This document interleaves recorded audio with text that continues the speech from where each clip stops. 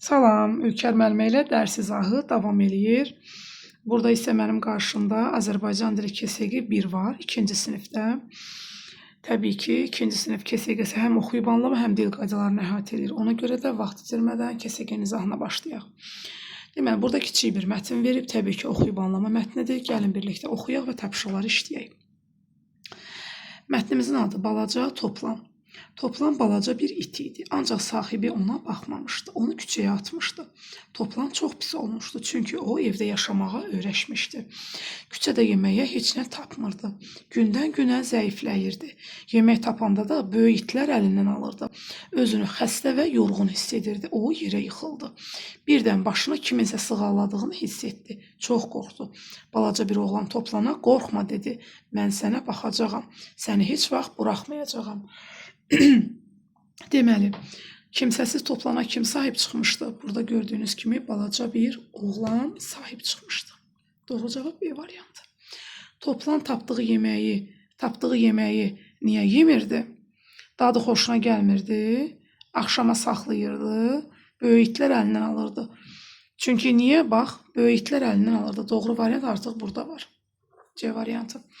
Sahibsiz Toplan özünü necə hiss edirdi? Uşaqlar, burada mən bayaq vurğuladım. Xəstə və yorğun.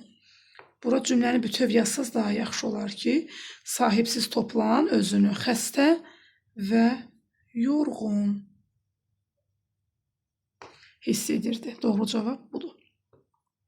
Mətndə altından xətt çəkilmiş sözlər haqqında hansı fikir doğrudur? Altından xətt çəkilmiş sözlər xəstə və yorğundur. Xəstə və yorğun sözləri bir-birinə uşaqlar sizcə necədir? Xəstə olmaq, yorğun olmaq bu əks mənalı ola bilməz. Yaxın mənalıdır. Hər iki söz iki hecalıdır. Xəstə, yorğun. Bizə yəni altına xətt çəkilmiş sözlər haqqında doğru fikir yaxın mənalı olmasıdır. Xəstə olmaq, yorğun olmaq. Hər iki söz iki hecalı daha doğru variantdır. Yaxın mənanı əgər bu variant olmasaydı, yaxın mənanı götürə bilərdik. Hər ikisi iki hecalıdır. Bu fikir daha doğrudur. Xəstənin əksi sağlam olacaq. Yorğunun da əksi cəld aktiv ola bilər. 5-ciyə keçirik. Verilmiş sözü izah edən, əlamət bildirən söz yaz. Baxırıq qar sözünə. Qarın əlamətləri nələr ola bilər? Rəngini yazaq ki, ağ olur. Sonra necə olur? Yumuşaq olur və dadsız. Dadı olmur da, yəni qarın. Yəni bunlar başqa əlavə əlamət də yaza bilərsəm, amma indi mən testdə baxmamış birbaşa işləyirəm deyə ağlıma gələn bunlar oldu. Davam edək. Üzərində incə saitlə başlayan söz yazılmış şarı rəngləyin. Bizdən incə saiti istəyir. Uşaq sözündə saitlərimiz qalındır, odunda qalındır. Burada isə bir dənə incə saitimiz var, E saiti var. Deməli, hansı rənglənəcək? Elan sözü yazılan şar rənglənəcək. Davam edək. Dodaqlanan incə saitlə başlayan 3 söz yaz. Biz bilirik ki, dodaqlanan saitlərimiz O, Ö, U, Üdür. Amma burada bizdən nə istəyir? Dodaqlansın və incə olsun. Deməli, O, Ö, U, Ü içərisində biz incələri seçəcəyik, O-nu və Ö-nü. Bunlarla başlayan bir neçə söz yazacaq. Məsələn, Ö-nə yaza bilərik ördək, Ü-nə yaza bilərik ütü və yaxud da məsələn, ölkə, ürək. Yəni, fərqi yoxdur da, istədiyiniz sözdə yaza bilərsiniz. Hansı bənddəki sözlərdə bir qalın, bir incə sait var? Elanda düzdür, bir qalın var, bir incə var, amma təbrikdə ikisi də incədir. Bunu götürə bilmərik. Burada B variantında qulaq yaşıl. Qulaqda U-A qalın, A-ı qalın. Bunların hər biri qalındır. Bunu da götürə bilmərik. C variantına baxırıq. Dəsmalda Ə incə, A qalın. Alimdə A qalın, E incə. Deməli, doğru variant C variantıdır. Tələffüzü ilə yazılışı fərqli olan 3 söz yaz. Məsələn, bizim keçdiklərimizdən nə ola bilər? Çiçək yazıram, ancaq tələffüz necə olur? Çiçək. Kompot yazıram, amma deyəndə kompot deyirəm. və yaxud da hansı qaldı? Zəmbil deyirəm, amma zəmbil yazıram. Başqa sözlər də yaza bilərsiniz. Orada söz boğçasında, rubrikada müxtəlif sözlər var. Doğru, yanlış rubrikası kitabımızda 2-ci sinif dərsliyində. İstədiyiniz qədər yaza bilərsiniz. 10-cu sual. Sevimli sözünə lüğətdə daha yaxın olan sözləri dairəyə alın. Biz bilirik ki, lüğətdə sözləri axtaran zaman əlifba sırasına uyğun olur. S hərfi yaxın ola bilər. Hansı hərfə? Baxın, ardıcıllığa əlifbanın son hissələrini sayıram. P, R, S, Ş, T. K lap əvvəldədir, D da lap əvvəllərdədir. Deməli, uyğun olan sözlər bu söz. Ş ilə başlayır, Ş ilə və P ilə başlayan sözlər lüğətimizdə sevimli sözünə uyğun ola bilər, yaxın ola bilər.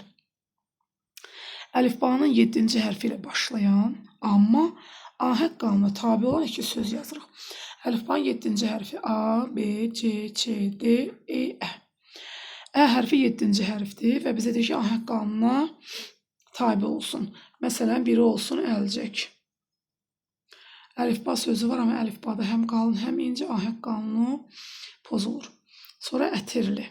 Burada da gördüyünüz kimi saitlərimiz incədir və ahəng qanununa tabidir. Başqa sözlə yaza bilərsiniz, amma saitləri incə olsun. Verilmiş sözlərdən ahəng qanununa tabi olmayan sözlər seçib cümlə qurun. Əvvəlcə ahəng qanununa tabi olmayan sözləri seçirik. Aytac tabidir, sevimli tabidir, Jalə tabi deyil, istedadlı tabi deyil. Çünki həm qalın, həm incə var. Qədim tabidir, oyuncaq tabidir, rəssam da tabi deyil. Gəlin indi cümlə quraq. Jalə dərsə hazırlaşır. Qısa cümlələr quracağım ki, vaxt itməsin. Məqsəd tapşırığı yerinə düzgün yetirməkdir. İstedadlı. Qardaşım istedadlı şagirddir və s. Qardaşım istedadlıdır. Ya qısaldaq, uzun çəkməsin. Sonra rəssam neynədir? Gözəl mənzərə çəkdi.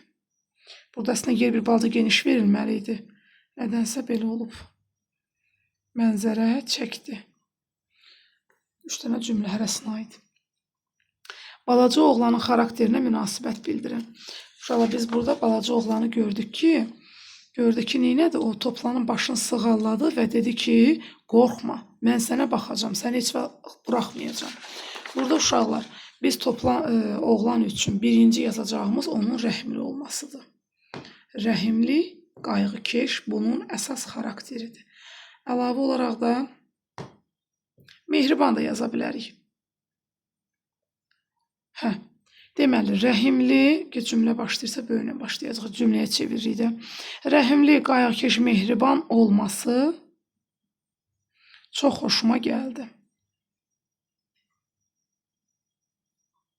Və yaxud siz qısa da yaza bilərsiniz ki, oğlanın Toplana qayğı göstərməsi məni şad elədi, məni sevindirdi. Mən də onun yerində olsaydım, mən də Toplana qayğı göstərərdim və s. kimi münasibət bildirə bilərsiniz. Mətni necə davam etdirərdin?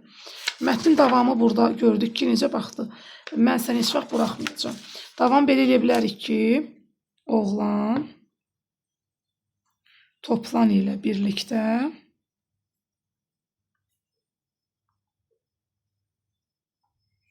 evə gəldi. Onlar gözəl dost oldular və yaxud da birlikdə yaşamağa davam edilər və s. Mətnə hansı adı verərdiniz? Mətnimizin adı nə idi uşaqlar? Balaca Toplan idi. Amma biz də qoya bilərik ki, məsələn, mehriban oğlan, qayğıkeş oğlan, ya rəhimli oğlan, qayğıkeşlik. Belə də qoya bilərik, qısa, qayğıkeşlik, fərq etməz. Qiymətləndirmə meyarı isə bu təbii ki, müəlliməyə aid olan hissədir. Suallarımız 15 dənə, ümid edirəm sizin üçün yararlı oldu uşaqlar.